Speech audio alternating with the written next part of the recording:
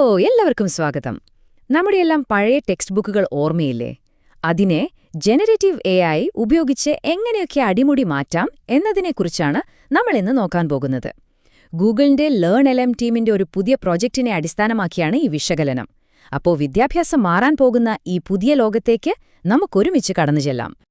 നമ്മളൊക്കെ സ്കൂളിൽ പഠിച്ചപ്പോഴുണ്ടായിരുന്ന ആ ഒരു ടെക്സ്റ്റ് ബുക്ക് ഓർമ്മയുണ്ടോ നിങ്ങൾക്ക്? ക്ലാസ്സിലെ മിടുക്കനായാലും ബാക്ക് ബെഞ്ചറായാലും എല്ലാവർക്കും ഒരേ പുസ്തകം, ഒരേ വിശദീകരണം. അതായിരുന്നു അവസ്ഥ, അല്ലേ? അപ്പോ പ്രശ്നം എവിടെയാന്ന് വെച്ചാൽ ഇതാണ്. നമ്മുടെ ഈ പരമ്പരാഗത പഠന സാമഗ്രികളില്ലേ, അതൊക്കെ എല്ലാവർക്കും വേണ്ടി ഒരേപോലെ ഉണ്ടാക്കിയതാണ്. ഓരോ വിദ്യാർത്ഥിയുടെയും കഴിവിനും താൽപ്പര്യത്തിനും അനുസരിച്ച് മാറാൻ അവർക്ക് സാധിക്കില്ല. അപ്പോൾ ഈ ഒരു പഴയ പ്രശ്നത്തിന് ഒരു കിഡിലൻ പരിഹാരവുമായാണ് ഗൂഗിൾ വരുന്നത്. അവരുടെ ഒരു പ്രോജക്റ്റ് ഉണ്ട്, ലേൺ യുവർ വേ എന്ന് പറയും. ഇതെങ്ങനെയാണ് പഠനത്തെ മാറ്റാൻ പോകുന്നതെന്ന് നമുക്ക് നോക്കാം. അപ്പൊ എന്താണ് ഈ ലേൺ യുവർ വേ? സിമ്പിളായി പറഞ്ഞാൽ ഇതൊരു പരീക്ഷണാത്മക സിസ്റ്റമാണ്. ഇത് ജനറേറ്റീവ് AI ഉപയോഗിച്ച് നമ്മുടെ സാധാരണ ടെക്സ്റ്റ് ബുക്കിലെ കാര്യങ്ങളല്ലേ, അതിനെ ഓരോരുത്തർക്കും ഇഷ്ടപ്പെടുന്ന രീതിയിലേക്ക് മാറ്റിയെടുത്തു. ക്വാളിറ്റിയിൽ ഒരു കോംപ്രമൈസും ഇല്ലാതെ ഓരോരുത്തർക്കും വേണ്ടി പലതരം രീതിയിൽ ഒരേ കണ്ടന്റ് പ്രസന്റ് ചെയ്യുക. അതാണിതിന്റെ ലക്ഷ്യം. അപ്പോൾ ഇത് എങ്ങനെയാണ് വർക്ക് ചെയ്യുന്നതെന്ന് അറിയണ്ടേ? നമുക്കതിലേക്ക് കടക്കാം. ഇതിന്റെ പ്രവർത്തനം പ്രധാനമായും 2 സ്റ്റെപ്പുകളിലാണ്. ഒന്നാമത്തേത് ടെക്സ്റ്റ് പേഴ്സണലൈസ് ചെയ്യുക. രണ്ടാമത്തേത് ആ കണ്ടന്റിനെ പല ഫോർമാറ്റുകളിലേക്ക് മാറ്റുക.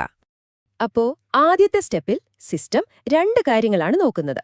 1, നിങ്ങൾ ഏത് ക്ലാസ്സിലാണ് പഠിക്കുന്നത്. 2, നിങ്ങൾക്ക് എന്തിലാണ് താൽപ്പര്യം. സ്പോർട്സ് ആണോ, മ്യൂസിക് ആണോ, അതോ സിനിമയാണോ? ഇതിനനുസരിച്ച് പാഠഭാഗങ്ങൾ തന്നെ മാറ്റിയെഴുതും. ഇതിന്റെ പിന്നിലുള്ള ഐഡിയ ഭയങ്കര സിമ്പിളാണ്. നമുക്ക് ഓൾറെഡി അറിയാവുന്ന ഇഷ്ടമുള്ളൊരു കാര്യമായി ബന്ധപ്പെടുത്തി പുതിയൊരു കാര്യം പഠിക്കുമ്പോൾ നമ്മുടെ ബ്രെയിൻ അത് പെട്ടെന്ന് പിടിച്ചെടുക്കും, അല്ലേ? നിലവിലുള്ള അറിവിന് മുകളിലാണ് നമ്മൾ പുതിയ കാര്യങ്ങൾ കെട്ടിപ്പടുക്കുന്നത്. ഇപ്പോ ഒരു ഉദാഹരണം നോക്കാം. ന്യൂട്ടന്റെ 3-ാം നിയമം. നമ്മുടെ സാധാരണ ടെക്സ്റ്റ് ബുക്കിൽ ഇതെങ്ങനെയായിരിക്കും കൊടുത്തിട്ടുണ്ടാവുമെന്ന് നമുക്കറിയാം, അല്ലേ? കുറച്ച് ജനറൽ ആയിട്ടുള്ള ഒരു വിവരണം. ഇനി AI വരുമ്പോൾ എന്ത് സംഭവിക്കുമെന്ന് നോക്കാം. ഇവിടെ നോക്കൂ, ആ മാറ്റം എത്ര അടിപൊളിയായിട്ടാണ് കാണിച്ചിരിക്കുന്നത്. ഒരേ ആശയം തന്നെ ഒരു ബാസ്കറ്റ്ബോൾ ഫാനിന് വേണ്ടി എങ്ങനെ മാറ്റിയെഴുതിയിരിക്കുന്നുവെന്ന് നോക്കൂ. ഇനി വലതുവശത്ത് കലയെ സ്നേഹിക്കുന്ന ഒരാൾക്ക് വേണ്ടിയുള്ള വിവരണം. ഇതാണ് പേഴ്സണലൈസേഷന്റെ പവർ. അപ്പോൾ കഥ എവിടെ തീരുന്നില്ല.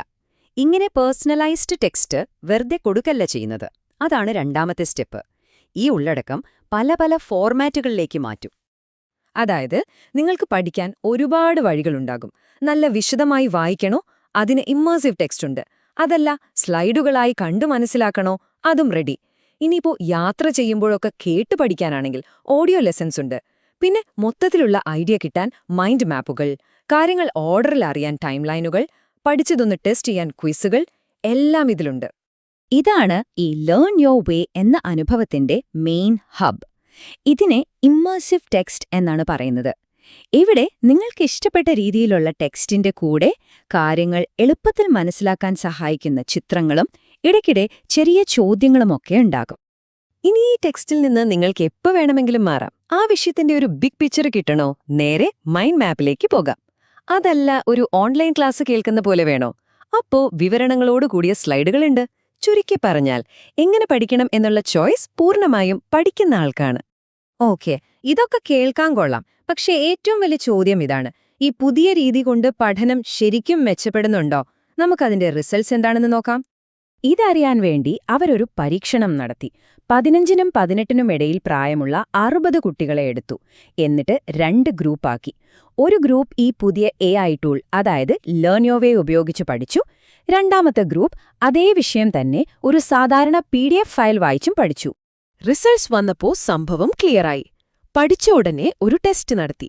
അതിൽ ലേൺ യുവർ വേ ഉപയോഗിച്ച കുട്ടികൾക്ക് 77% മാർക്ക് കിട്ടി. മറ്റേ ഗ്രൂപ്പിനോ വെറും 68%. പക്ഷേ അതിലും ഇൻട്രസ്റ്റിംഗ് ആയ കാര്യം ഇതായിരുന്നു.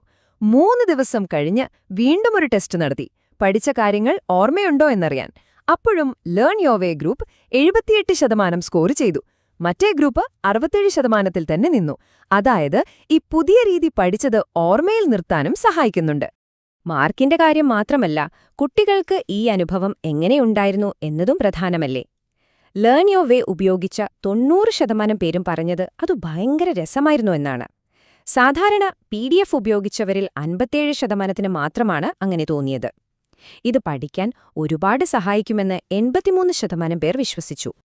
അപ്പോ ഈ റിസൾട്ട്സ് ഒക്കെ കാണുമ്പോൾ നമ്മൾ എന്താണ് മനസ്സിലാക്കേണ്ടത്? പഠനത്തിന്റെ ഭാവി എങ്ങോട്ടാണ് പോകുന്നത്? ഈ പ്രോജക്റ്റ് ചെയ്ത ഗവേഷകർ തന്നെ പറയുന്ന ഒരു കാര്യമുണ്ട്. ഇത് വെറുമൊരു തുടക്കം മാത്രമാണ്. ജനറേറ്റീവ് എഐക്ക് പഠനരംഗത്ത്, പ്രത്യേകിച്ച് ഓരോരുത്തർക്കും വേണ്ടിയുള്ള പഠനരീതികളുണ്ടാക്കുന്നതിൽ ചെയ്യാൻ കഴിയുന്ന കാര്യങ്ങളുടെ ഒരു ചെറിയ അംശം മാത്രമാണ് നമ്മളിപ്പോൾ കണ്ടത്. അപ്പോ ഞാൻ ഈ ഒരു ചോദ്യം നിങ്ങൾക്ക് മുന്നിൽ വെച്ചുകൊണ്ട് അവസാനിപ്പിക്കുകയാണ്. ഒന്നാലോചിച്ചു നോക്കൂ. നമ്മൾ ടെക്സ്റ്റ് ബുക്ക് പഠിക്കുന്നതിന് പകരം ടെക്സ്റ്റ് ബുക്ക് നമ്മളെ പഠിച്ച് നമ്മുടെ ഇഷ്ടങ്ങൾക്കും കഴിവിനുമനുസരിച്ച് സ്വയം മാറുന്ന ഒരു ലോകം വന്നാൽ പഠനത്തിന്റെ ഭാവി എന്തായിരിക്കും?